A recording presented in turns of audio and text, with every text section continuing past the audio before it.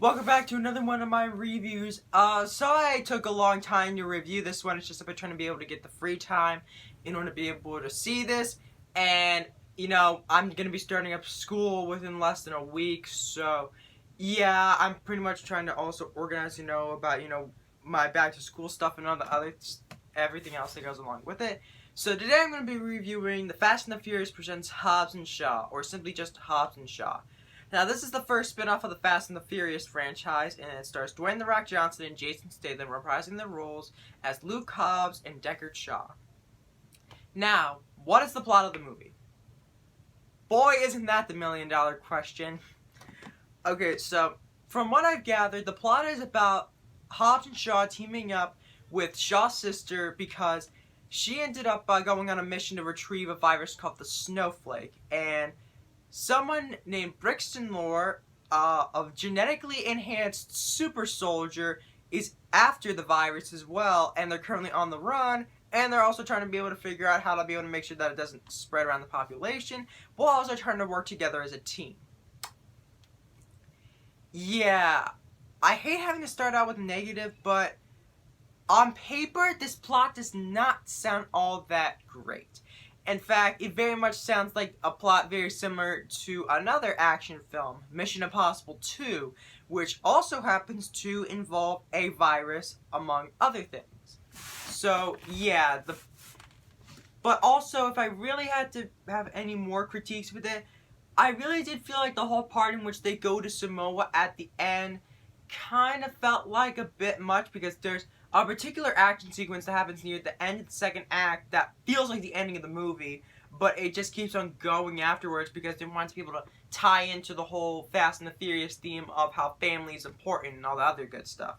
So, honestly, and I also feel like the fact that they were probably trying to cram in way too much in that 2 hour and 15 minute runtime, and it definitely shows. And the thing is, it has pretty much this very similar runtime to a lot of other movies in the Fast and the Furious franchise.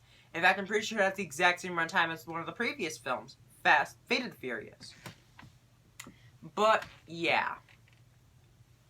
But, that being said, I definitely wouldn't say that it's a complete write-off. Now, if you're planning on looking for something more than just really neat action and some funny one-liners, you're going to be very disappointed. But why not are you going to a Fast and the Furious film expecting something more? Like, you're obviously in the wrong place for that kind of thing. So, yeah. What are the good parts of this film? One, the performances for everybody are really good. I really love the interactions between The Rock and Jason Statham. They're really good, and the insults that they're constantly throwing at one another are amazing. The way that they're always constantly trying to one-up one another is just great. I love it. Also, newcomers to the franchise, Vanessa, Kirby, and Idris Elba both do really, really good jobs. Vanessa Kirby plays Deckard Shaw's sister, Maddie Shaw, and Idris Elba plays the villain Brixton Lore, who is a genetically enhanced super soldier, and as he refers to himself as well, he's essentially just Black Superman. But yeah, it is great. And not only that, but Helen Mirren, who showed up in Fate of the Furious as Deckard Shaw's mom, also shows up in this, which is really cool too. And not only that, but of course the action sequences, of course, because it's the Fast and the Furious film, it is delightfully ludicrous, but it is a lot of fun. There's one particular scene that they showed in the trailer, which I really am... If there's one thing I sort of also have a problem is that I feel like that when it came to the trailers, they did show a lot of what ended up happening. Like, it shows them involving having, in London, trying to be able to find Maddie. It also ends up, having them trying to go into that facility where they try and see if they could be able to get the virus extracted out of her. There's also, the part in which they go to Samoa as well. It feels like that they pretty much put a lot of what was in the film into that trailer. But anyways, there was one particular sequence near the end in which it was delightfully ludicrous, in which it involved them all chaining up a ton of cars together and The Rock pulling down a helicopter with just one arm. It's like, wow, this franchise became incredibly ludicrous. And yeah, this is definitely the sort, which makes sense because, it's a Fast and the Furious film, but It's definitely a far cry from what ended up happening, what the first one was about, because the first one was pretty simple. It was about an undercover cop who was trying to infiltrate a street gang who do illegal street races. Simple and straight to the point. Now we are dealing with two guys going up against a genetically enhanced super soldier that wants to be able to get a virus that is capable about wiping out the half of the entire world's population. But yeah. In case you're wondering why I also have a copy of Deadpool 2 in the background, it's because the director of this film, David Leitch, directed Deadpool 2 and was also the uncredited director of the first John Wick. The uncredited co-director, I mean. But yeah, I also gotta say the fact that he's definitely a welcome addition to the franchise, and also if you're just looking for one last big summer film before, you gotta go do school, that is if you're going back to school or stuff like that, but if you're just looking for one last big summer blockbuster, it's actually not a bad note to end on for the summer.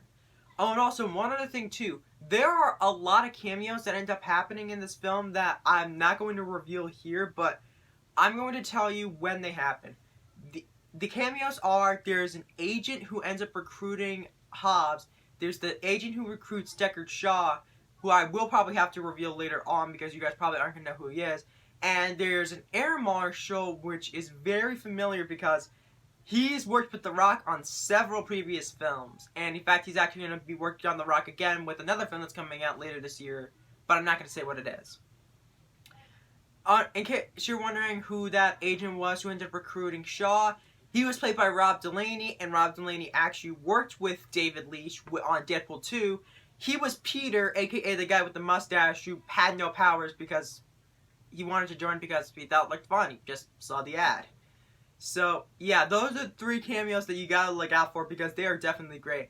And also, stick around after the credits because there are a sequence of mid and post-credit scenes. And, yeah, overall, Hobbs and Shaw is a very fun time. It's definitely one of the better Fast and the Furious films, but then again, for a spin-off film, it's actually pretty decent. The Rock and Jason Statham have really, really good chemistry, and they both do a really good job.